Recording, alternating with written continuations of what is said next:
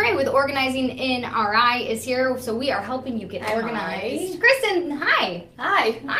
It's finally fall. Weird, huh? I know. It's so pretty out. Only took till like mid-October to get us to fall. So we are talking about getting you organized today, and then we have a lot of local talent coming in this afternoon. So we're talking about some comedy, and then we are talking to Rhode Island's very own Emily Luther. She made her appearance on The Voice last week, so we're going to talk to her a little bit about her appearance. So a lot of fun stuff going on today. Great. So let's get things started. It is fall. Kids are finally back in school, so this gives everybody an opportunity to get things organized. So we're talking with you today, Kristin, about how you can get your kids involved in getting things organized. Why is that so important? It's important because you want to transfer this skill set to them, and if you don't have the skill set, then you need to bring someone in to transfer that skill set to them. Because as they get older, their life's going to get more complicated. More things are going to get thrown at them, activities, homework, whatever it may be. So for them to be organized, it's so important so they don't get overwhelmed, they're not stressed out, they can just deal with what they have to deal with, have these great systems in place so when they get older, it's just going to help their college lives, their work lives, and everything. So get them started young, it's going to be great. So when you've worked with clients over the past, have you seen an age that's just maybe too little to start working with, or have you seen an age that really works, that really takes on, or does it kind of just depend on the person in the family? It depends on the person in the family. So I've worked with young as first grade. I think that's the youngest. And I've worked all the way up on, obviously adults. But so I start with first grade usually. I think that's a great time to start. They know their rooms. They know where they want to put things. They know how they want to function, believe it or not, if you just start asking the right questions. And I find first grade's a great time to start. Okay. And I think, I think with a lot of kids, they like to have places for their stuff. They do. I think I've seen it with friends' kids. I've seen it with my niece. They like, my niece loves her Minnie Mouse, so she likes her Minnie to be in a certain spot. She likes her blankie to be in a certain spot. So working with kids so they can take ownership and they can take pride in where their stuff is. And having the structure along with that, knowing that. And, how many times do you tell your kids to clean up their rooms and they really don't know what that means if they're not organized? To them, it's just throwing the things in a pile in the corner. And the parents get frustrated, but sometimes it's not the kid's fault. They just don't know how to create those systems, so they need that little push.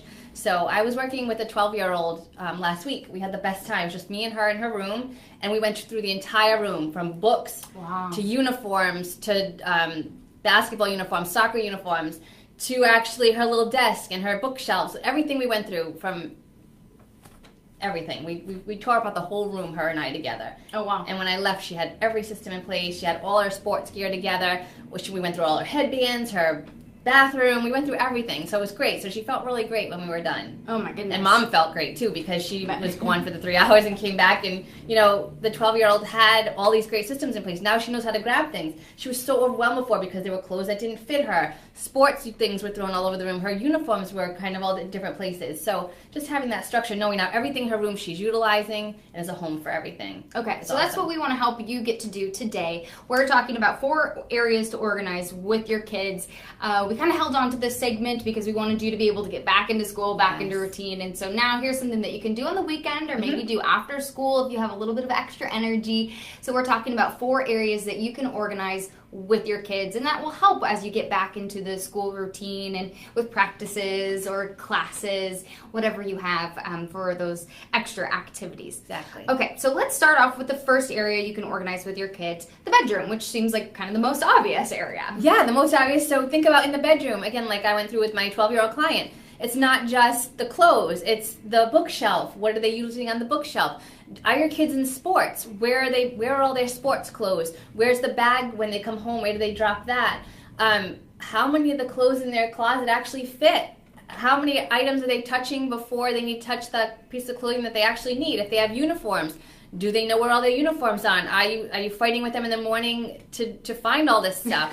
So it's all these questions you want to ask them, and then set a time to go through their entire room and actually talk about how they're functioning, how they grab things. When's the last time you went through all their clothes? We got rid of so many clothes. Every child that I help get organized, we get rid of so many clothes because obviously they're growing quickly, but it's how often you're going through their clothes and how, they get overwhelmed. They see all these clothes, but half of them don't fit, so now they're grabbing things. It becomes very stressful for the child. So think about in the bedroom, break it down. You don't have to tear apart the whole bedroom this weekend. Make a to-do list and just start with the bookshelf.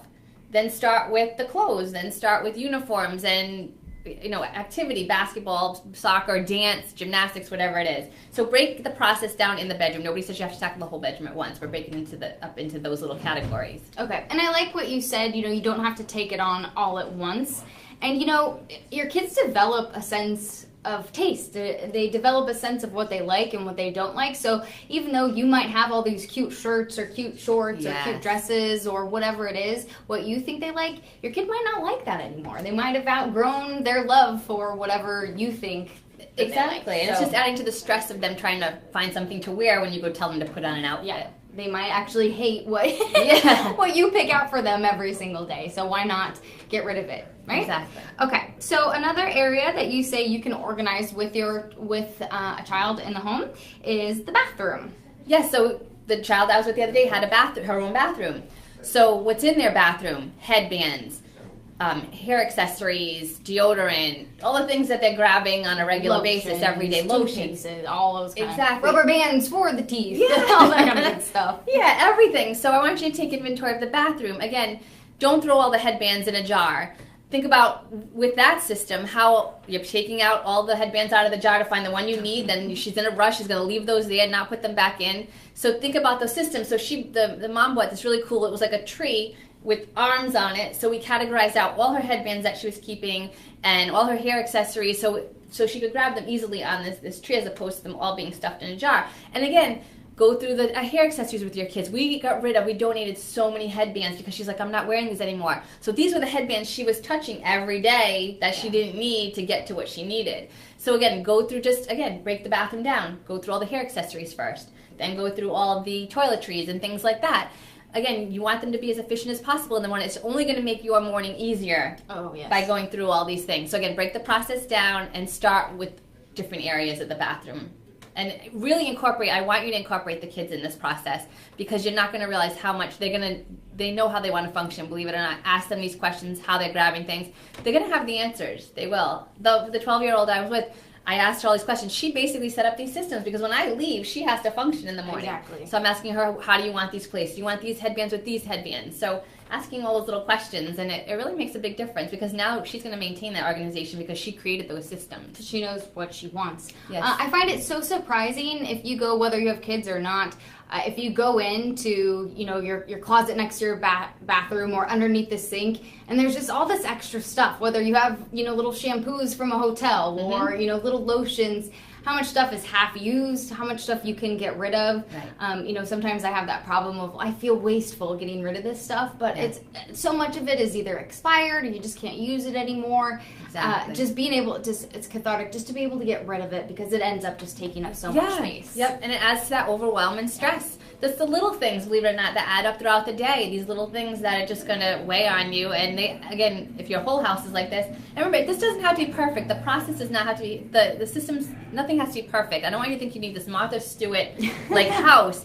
It has to be a functional, efficient, and productive home. That's all it needs to be, and it has to have really good systems in place. Don't feel like, because so many people think they fail when they try and create these beautiful systems. Make it cute. It doesn't have to be. It just has to be really functional and efficient. It doesn't need to be on Pinterest. Exactly. Just make it easier on yourself to get ready in the morning or in the evening. Yeah. Okay, the next area you say that you can do with your kids is paper, which is especially critical when you're going back to school. Even though a lot of people have laptops or tablets or whatever, you still have paper that you generate. So the paper is still there. I see it coming into the houses. It's still there. I have a client that has triplets. And she's like, I get the same piece of paper for all three people every day. So you have to have a process. Now that the kids have settled in a little bit, think about what's coming in, how you want to contain it. Have that memorabilia bin for each child of important things that you want to save so they don't get stuck all over the house in drawers and under the bed and things like that. So create that memorabilia bin. That's one thing you can start doing. Then categorize out what's coming in. You know what's coming in for paper. So sit with the paper, categorize it out, and then create that system going forward. Whether it's in a portable filing box, a filing cabinet, whatever you choose, just contain it, get it organized. And then at the end of the school year, you can look at this bin and say, all right, what do I need, what do I don't need? But keep that memorabilia separate. I think that's so important, is just making sure you're getting rid of the stuff that you don't need and hanging on to the stuff that you do need, and then going through at the end of the year. I think that's super important.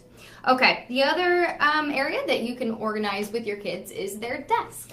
This is a big one too. So where are your kids functioning? So whether it's in a desk in their room, but this desk might be cluttered, it might be covered with clothes and memorabilia and so much that they can't even sit at it. So this is another project you want to tackle by itself. And they might not want to be in there, and they might want to be with you in the kitchen or in the den or wherever it is, but carve them out a space where there's no distractions, where they can actually function and listen, look and see what they're going over with their homework and things like that. But take a look at this desk. Is it a functioning desk? Do they have the proper chair? Do they have the right drawers with drawer organizers in them? So really take a look at this desk space and make sure it's functional for them and that there's no other clutter in the way, that when they sit down, they're just focusing on one thing and it's not, oh, I see this here and there's clothes here on top of my desk. I need to go somewhere else.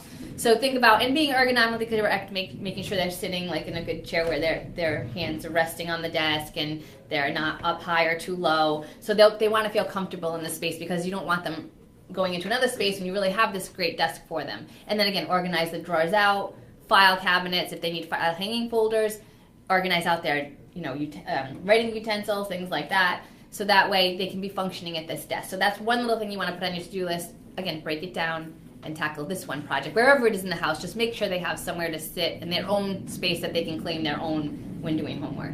I think it's so beneficial to have a desk or just a space to call your own. I remember that growing up, it was like, this is my area. Yes. And I think that's so valuable for kids, whether it be the kitchen table, their own little nook, their own little cranny. I think that can be so valuable for a child to be able to have that space to call their own, whether or not it's a desk or a kitchen table, somewhere, and getting your kids involved, because they'll be able to tell you where they want to be. Yeah, and then again, I know we get away from paper, everybody wants to be digital. This could be another spot where you have a calendar, a blotter on the desk for the kids so that they can see while they're sitting there, oh, I have a test coming up next Tuesday. Let me get ready for that now. Or I have a dance coming up. Let me start making notes what I want to do for that dance now. So think about getting them that blotter calendar for their desk. I mean, I know everybody wants to get away from paper, but really when the kids are young, this is when they need to see their month ahead of them, when they can start planning and preparing. Then let them make the decision if they want to go digital or they want to have that in addition. But it's so great when it comes to planning and preparing and helping them function on their own, remembering dates, remembering timelines, things like that. So that way, this can really be a functioning desk. And plus, for little ones, when you have that out in front of you, I think it's really important for little ones to have paper or a chalkboard or a whiteboard, whatever it is, because that way you're learning the days of the week, you're learning your numbers, you're learning all that kind of stuff. So it's all super beneficial as well. Yes. Well, those were 4 areas that you can organize with your kids. So we have the bedroom, the bathroom, paper, and desk. So it's always fun to chat with you, Kristin, helping us all get organized in some way or another and become more efficient. So we thank you so much for joining us today.